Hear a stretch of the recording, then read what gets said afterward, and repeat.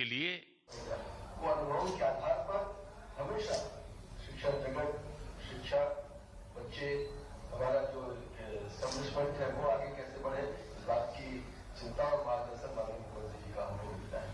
और आज बहुत खुशी का अवसर है जब आप सब सिंगापुर जा रहे हैं, एक बड़े लक्ष्य को लेकर जा रहे हैं। मुझे लगता है ये यात्रा कोई घूमने के लिए या एक एजुकेशन टूरिज्म नहीं है।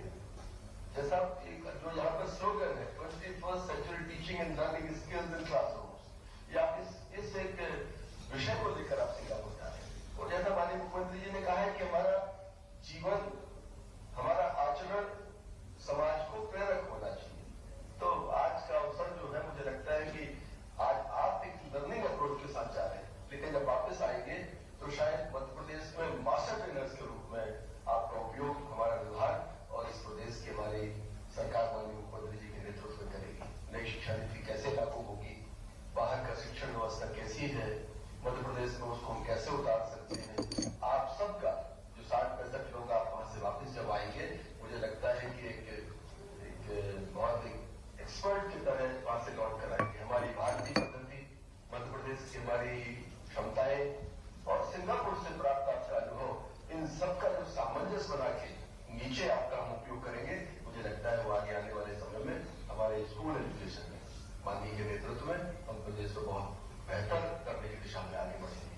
मैं ज्यादा वक्त न देते हुए आप सबको बहुत शुभकामनाएं देता हूँ। आपकी यात्रा सुखद हो, मंगल में हो। आपका वहां पर जो समय है, उस समय का सदुपयोग करते हुए आप वो सब प्राप्त करके आए जो हमारे मध्य प्रदेश के शिक्षण जगत के लिए, हमारे बच्चों के लिए, इस देश की बेहतरी के लिए।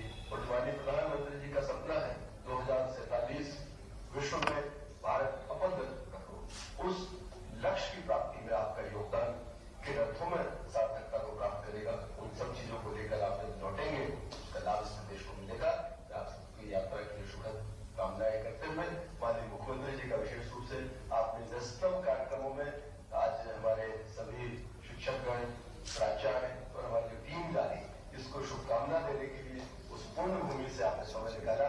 मैं हृदय से आपका मैं आभार व्यक्त करते हुए आपका अभिनंदन करता हूँ। बहुत बहुत धन्यवाद। जय हिंद।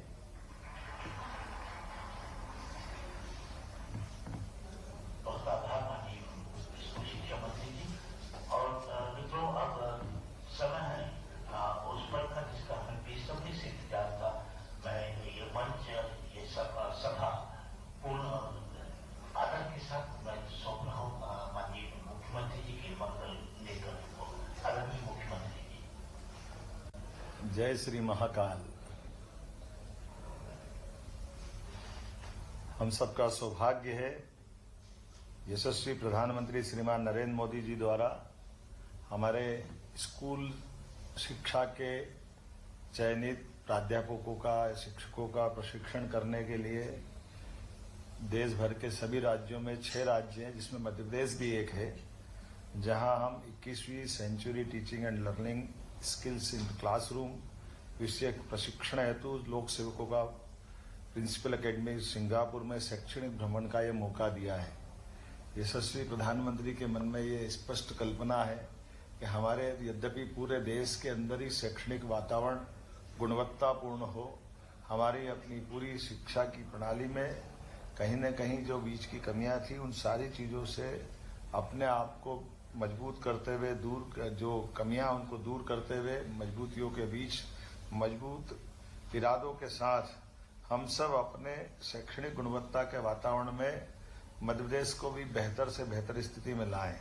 और मैं तो इस नाते से और सौभाग्यशाली हूं जब हमारे बीच में से, जब यहाँ आपने चयन करने के पहले ही हमारे बीच माननीय मंत्री जी ने विस्तार से अपनी बात कही, श्रीमान उदय प्रताप सिंह जी ने, आयुक्त गोयल साहब ने बताया कि कई सारे प्रशिक्षणार्थियों ने अपने उस गुरुकुल पद्धति से जोड़ करके मनोविचार व्यक्त किए, जिसके आधार पर हम अपने उस भाव को लेके जा रहे हैं। मैं इसके टॉपिक को देख रहा था, इनने कहा कि century teaching and learning skill in classroom, ये क्लासरूम के अंदर से तो होना ही चाहिए, लेकिन जितनी क्लासरूम के अंदर की इस बात की ध्यान रखने वाली बात है, उतनी अपने क्लासरूम के बाहर भी उसी प्रकार से गहराई की आवश्यकता है। और ये प्राचीन परंपरा हमारी है। इस परंपरा के आधार पर पुस्तकों के ज्ञान के साथ साथ हमारे वर्तमान के दौर में नैतिक मूल्यों के साथ जो गुणवत्तापूर्ण शिक्षा की बात कही जा रही है, इसी आधार पर दुनिया में भारत की एक विशेष पहचान है। हमारे यहाँ टीचिंग अर्थात टीचर और गुरु में ये भी एक मूल अंतर बताया गया है। टीचर हमारे पाठ्यक्रम में पढ़ाता है, सिलेबस से पढ़ाता है, लेकिन गुरुकुल में जब हम कल्पना करते हैं, गुरु से संपर्क की बात करते हैं, तो गुरु हमारी पूरी अपने जीवन की मानवों के अंदर संभावनाओं के लिए एक तरह से जवाबदार की भूमिका अदा करता है। और गुरु का अर्थ ही है, हम अगर संधि विच्छेद करके देखें तो गु मतलब अंधेरा और रू मतलब प्रकाश, तो अंधेरे से प्रकाश की ले जाने वाले शब्द का अर्थ है गुरु। ऐसे में हम इस गुरु की महत्ता को उसी रूप से समझ सकते हैं जिसके कारण से आदिकाल से भारत की खुद की कल्पना है कि विश्व गुरु का स्थान हमको मिले। और विश्व गुरु का स्थान मिले इसका मतलब ही है कि हम अपने विश्व के अंदर जो हमारी अपनी संस्कृति, सनातन संस्कृति, भारत की अच्छाइयाँ दुनिया में बांटे, दुनिया के अंदर फैले हुए अंधकार को दूर करके हमारे ज्ञान के प्रकाश से सबको आलोकित करे। हम सौभाग्यशाली है, हजारों साल से हमारी इसी प्रकार से पहचान रही है। अतीत के कालक्रम में हमने सबने देखा हो, चाहे तक्षशिला हो, नालंदा हो, विक्रमजीत शिला हो, या 5000 साल पुराना आचार्य गुरुकुल पद्धति से हमारी सांदीपनी आश्रम की पद्धति है।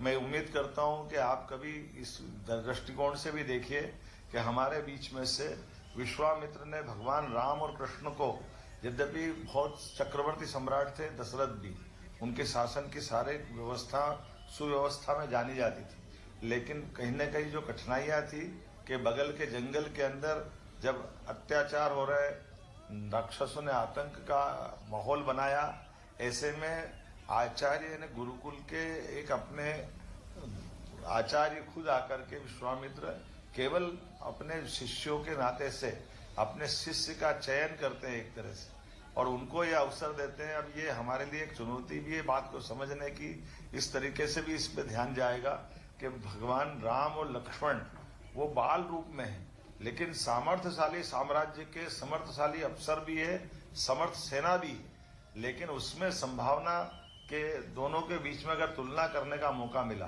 तो भगवान राम और लक्ष्मण के माध्यम से उस प्रकार के नए वातावरण में और भगवान राम और लक्ष्मण का जो नया रूप देखने को मिला है, उसमें गुरु की दृष्टि थी। ये जो गुरु की दृष्टि अपने शिष्यों को पहचानने की है, यही हमारी मूल शिक्षा का आधार है। और ये चाहे विश्वामित्र काल हो, चाहे परशुराम जी का काल हो, या आचार्य सांदीपनि का काल हो, सदैव हमारे यहाँ समाज में इस बात की गुंजाइश रहती है।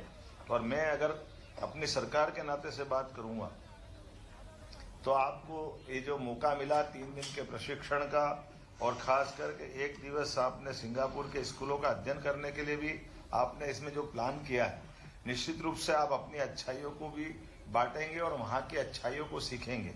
क्योंकि मुझे बताया गया है कि हमारे द्वारा ये जहाँ जो सिंगापुर का चयन किया है, ये सिंगापुर की विशेषता बताई गई। सिंगापुर अंतर्राष्ट्रीय विद्यार्थी मूल्यांकन कार्यक्रम पीसा 2024 के हिसाब से विश्व में प्रथम स्थान पर है। तो जो उनकी अच्छाइयाँ उनको भी सीखें और हमारी अच्छाइयों को भी भूलें नहीं। लेकिन कुल मिलाकर के लोक सेवकों के मॉडल डाइट एंड उत्कृष्ट परीक्षा परिणाम वाली उच्च और उच्चतर माध्यमिक शालाओं के प्राचार्य, प्राथमिक एवं माध्यमिक शालाओं के प्रधानाध्यापकों का चयन जो किया गया है, ये सब प्रकार से समग्र रूप से सोच के किया होगा। इसलिए आपकी यात्रा निश्चित रूप से ये शुभकारी होगी, प्रदेश के लिए लाभकारी होगी और आपके जीवन में भी उल्लेखनीय एक अलग प्रकार के अनुभव वाली होगी। मैं आज के इस अवसर पर खासकर शिक्षा प्रणाली सिंगापुर का अध्ययन और अवलोकन करने में आपकी दृष्टि हमारे राज्य को लाभान्वित करेगी। यात्रा के माध्यम से मध्य प्रदेश की गुणवत्ता और तकनीकी शिक्षा में भी उन्नति होगी, ये मान के चलता हूँ। हमारे प्रदेश के लिए भी हमारा संकल्प है कि ये मॉडल राज्य के रूप में उभर के सामने आए। राज्य में इसलिए टास्क फोर्स का चयन किया गया है और उनके मार्गदर्शन में अलग अलग प्रकार के अनुभव को समेकित रूप से जोड़ते हुए शिक्षा में नवाचार और सुधार दोनों तरफ हमारा ध्यान भी है। आपके अंतर्राष्ट्रीय अनुभव का लाभ भी इसी व्यवस्था को मिलेगा। जनहित में इस यात्रा के प्रति मैं मान के चलता हूँ, सरकार के मुखिया होने के नाते से आपके प्रत्येक क्षण का उपयोग आप देश और समाज के हित में करते हुए इसका लाभ राज्य को भी दिलाएंगे, यही मेरी शुभकामना है। उम्मीद करता हूं कि आपकी सक्रिय भागीदारी भी उस पूरे प्रशिक्षण वाले कार्यक्रम में होगी, जिसके माध्यम से भारत की और प्रदेश की एक विशेष पहचान बनेगी। मेरी अपनी ओर से समूची यात्रा के प्रति शुभकामना, बधाई।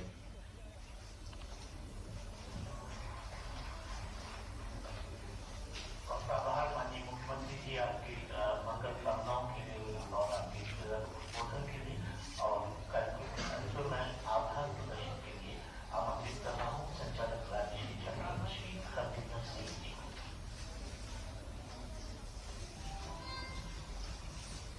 माननीय मुख्यमंत्री, मध्य प्रदेश शासन विभाग की ओर से हम हृदय की गहराई से आपका धन्यवाद करना चाहते हैं कि आपने व्यस्त समय में से इस कार्यक्रम के लिए समय दिया और जो आपकी मध्य प्रदेश की शिक्षा व्यवस्था को सुधारने के लिए विजन है, उसके लिए हम आपको आश्वस्त करना चाहते हैं कि हम लोग इस उद्देश्यों की पूर्ति के लिए सिंगापुर जा रहे हैं। उसमें ये हमारे जितने प्रतिभागी यहाँ से जा रहे हैं कि वापस आके एक चेंज एजेंट और एक एक्सपर्ट और मास्टर ट्रेनर के तौर पर विकसित होंगे। मैं अपने स्कूल शिक्षा मंत्री मध्य प्रदेश शासन का भी धन्यवाद करना चाहता हूँ, जिनके मार्गदर्शन में हम लोग विभाग में निरंतर नए कुछ जो इनिशिएटिव ले रहे हैं, उसमें हमारे